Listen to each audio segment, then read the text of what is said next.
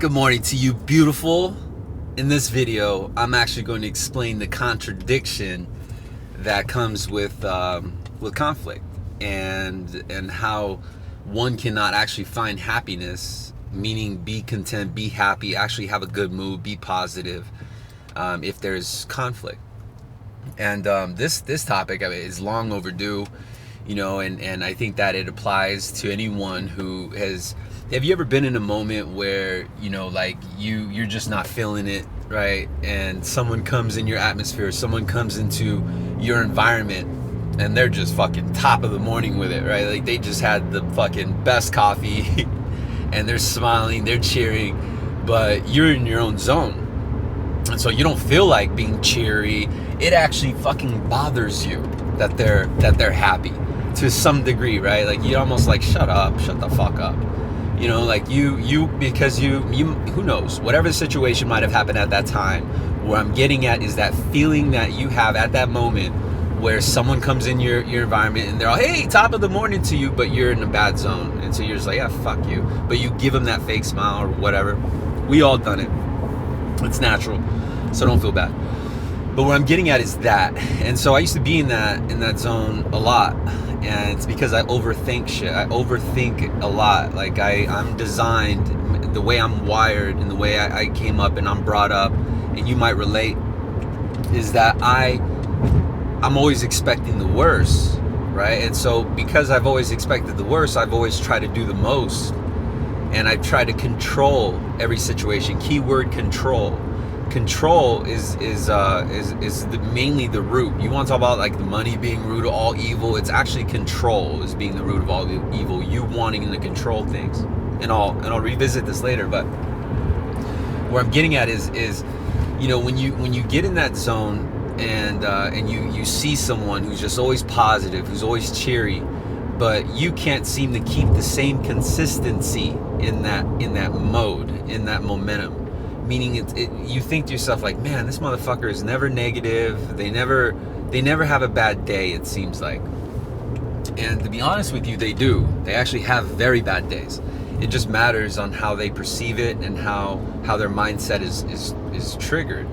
Because when we're at work, we sometimes only think that the issues are applying at work.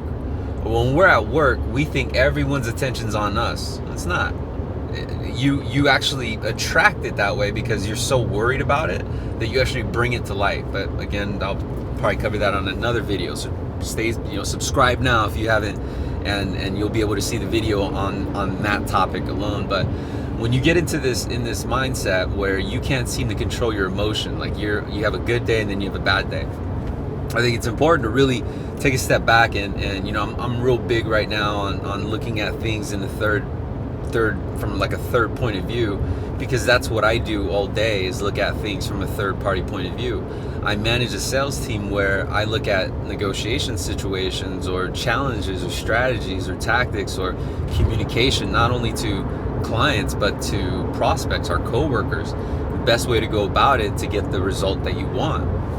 So I go through this because it's easy for me from being a third party. And it's much like having a mentor. It's a third party, right? And so that's where I'm getting at. But where I think that it's important to understand is that a lot of the reasons why we can't control our emotions is because we give confliction within our own belief system. Meaning that there's a cliche that goes something like this. It says, you are what you think. And it has to do with the whole idea of mindset and positive things happen to positive people, so always have a positive outlook. If you think it will manifest. It's along those lines, right? So not too many people actually pay attention to it, or some do.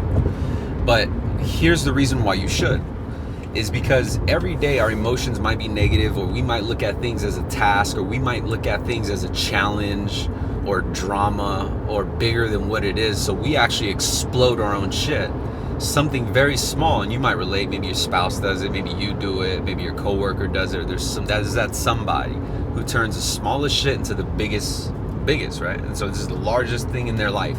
And you might be looking at the situation like boo, that really, is that all you're worried about? That's small shit. People that are always tripping over dollars to pick up pennies, them. So when you see that, you see that mindset again from a third party, you look at it, you say, well, what's the root? And the root is because that you even though you should think positive things are going to happen, basically the reason for is because it's going to create a momentum. It's going to make you believe you can get it, and so you're going to put the actions behind it. Whether you've tasted it before or you haven't, you're still going to align yourself, your mindset, your belief system to go a specific direction. And that whether that direction is what you believe, and if you believe it's going to be success, if you believe it's going to be a closed sale, if you believe it's going to be landing an interview or getting with a girl or getting with a guy, whatever the situation is, it's going to be in line with that belief system. And so if you think you can attain it, but you believe it's going to be a grind, or you believe it's going to be tough, or you believe they're not going to buy, or she's not going to buy, or they're not going to hire you, or they're not going to choose you, or you're not going to win, that is you. And so you're aiming, because half of your belief system is saying, yes, I want it, whether you taste it or not. Yes, I want it, or I want it again, or I want to be number one, or I want to make this sale. You have half of you pulling that way, and then you have another side pulling at you saying, oh, but they're not going to like this, or they're going to say this, or maybe I can't, or some other fucking bullshit that's an illusion. And so now you have half and half. It's like you're torn in between. And this is why we, and I'm going to say we, I'm not going to say you, like I'm fucking bougie or I'm perfect or I'm the Dalai Lama. I'm not saying that. What I'm saying is that we are actually pulling ourselves apart, right? It's conflict. It's confliction within ourselves. So how can we be happy? How can we instill a message of like, hey, I'm gonna fucking handle this? And the only way to do it is actually confidence. How do you find confidence? You continue following SalesRemastered on YouTube, Facebook, Instagram, and look at these pieces, because I'm going to share with you a post looking at situation from a third party. And at the end of the day, I think that my situation applies to a lot of people, and this is why it's important for me to document it.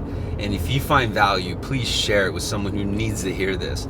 Because if you're able to leverage and kill that voice, the voice that's pulling you away from actually achieving what you want, from getting to that next level, or getting with that person, or getting that job, or getting that paycheck, or that sale, whatever the situation may be, I think you can take the concept and just the idea that if you can learn to kill that other negative momentum and control your own momentum at will. This has to do with a lot with sales, whether you're in sales or not, because you're selling yourself, you're selling your mindset, you're selling the people around you to buy in, right? So you have to keep in mind that if you're not in sales, don't worry about it. Sales is communication. If you communicate with anybody or you communicate with yourself, this applies. And so if you can kill that negative momentum and actually control your momentum, where you're going, how you are in life, and I'm 100% confident that this is true, because this is just naturally what I've had to rely on with the lack of resources that I've had and what I've made. I'm appreciative of what I've accomplished, and I'm going to share with you how you can do it, how you can apply these things to the way that you operate in life. And if it improves your mindset, if it takes away the stress because you know that you have the ability now to achieve these things, then I think that you'll live happier. You'll actually be able to be that person that you see coming in the morning and say, hey, what's up? And now you're pissing everyone else off. But those people that you do piss off, forward them over the link to SalesRemastered. I appreciate you in advance. Thank you, and I hope this video helps. I'll see you on the next one. Bye.